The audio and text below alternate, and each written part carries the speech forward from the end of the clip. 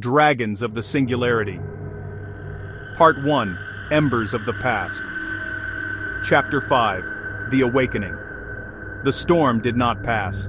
3 days after Alpha's flight, the skies over Greenland still churned with unnatural currents. Satellites recorded disturbances in the magnetosphere. Auroras blooming in places they should not. Compass readings spun erratic. Communications faltered. The military called it a geomagnetic anomaly. Selene knew better. Alpha had changed something. She had not slept since the escape. Her mind replayed every detail.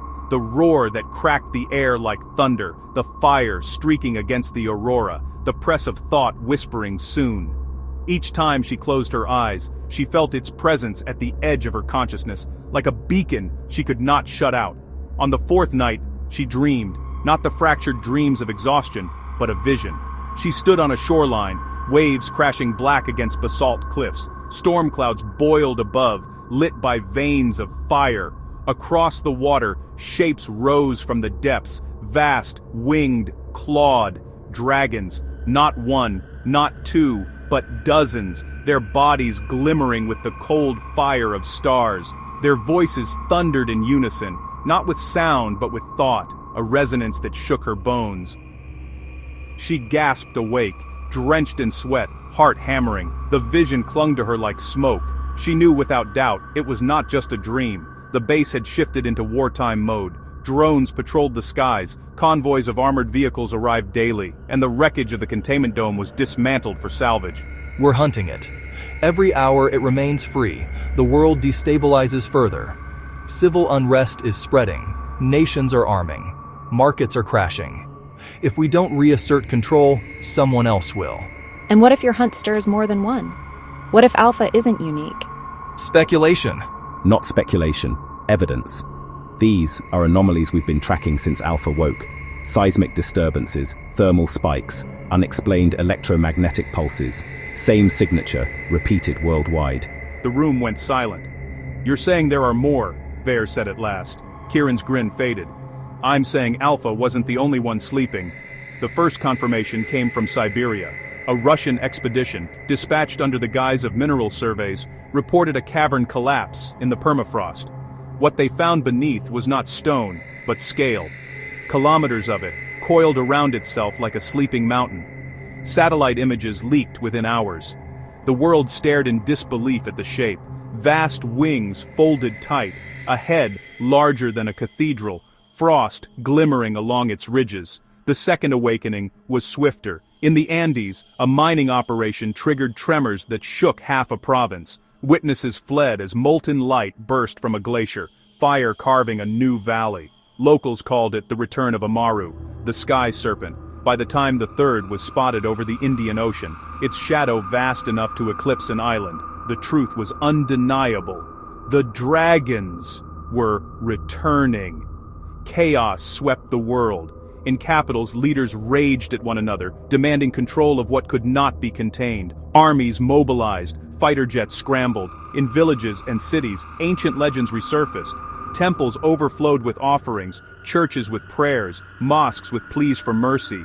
Old songs were sung again. Markets collapsed, then rebounded on rumors of dragon blood cures, scale-armored vehicles, plasma energy harvests. The fracture lines widened, and in the eye of the storm, Selene felt the resonance deepening. At first, it was faint, a whisper in her dreams. Then, in waking hours, it grew stronger. Standing in the snow, she would hear a hum no one else perceived, a chord thrumming beneath the world. Sometimes, when she let her mind drift, she glimpsed images that were not hers. Wings cutting starlight, fire curling in alien skies, shapes moving through black oceans beneath constellations she did not know. It terrified her, and yet it also thrilled her, because she realized the dragons were not just awakening, they were calling. One evening, unable to bear the silence of her quarters, Selene walked beyond the camp. The sky was dark, save for a thin ribbon of aurora spilling green fire across the stars. The snow crunched under her boots, the cold slicing through her coat. She stopped, closed her eyes, and let herself listen.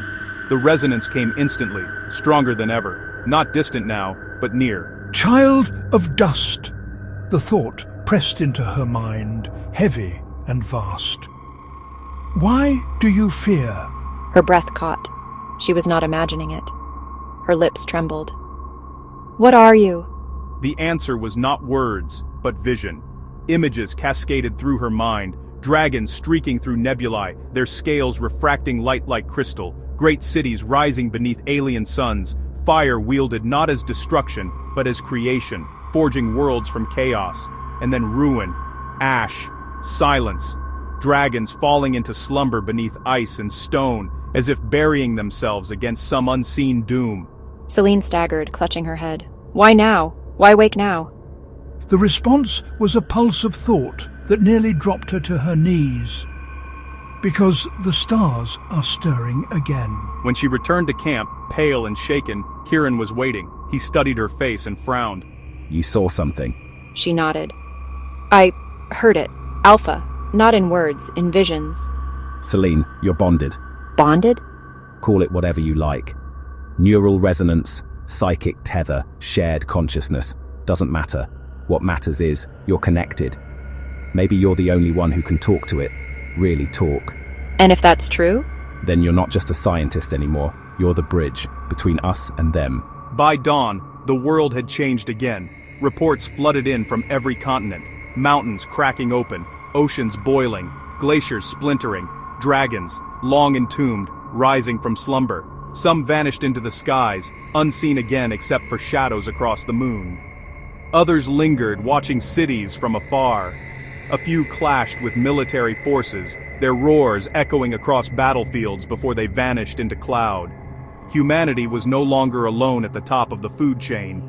And in Greenland, Selene stood at the edge of the ruins, staring at the horizon. She could feel them now, all of them. Threads tugging at the edges of her mind, a chorus awakening. The age of dragons had begun, and she, unwilling or not, was its herald.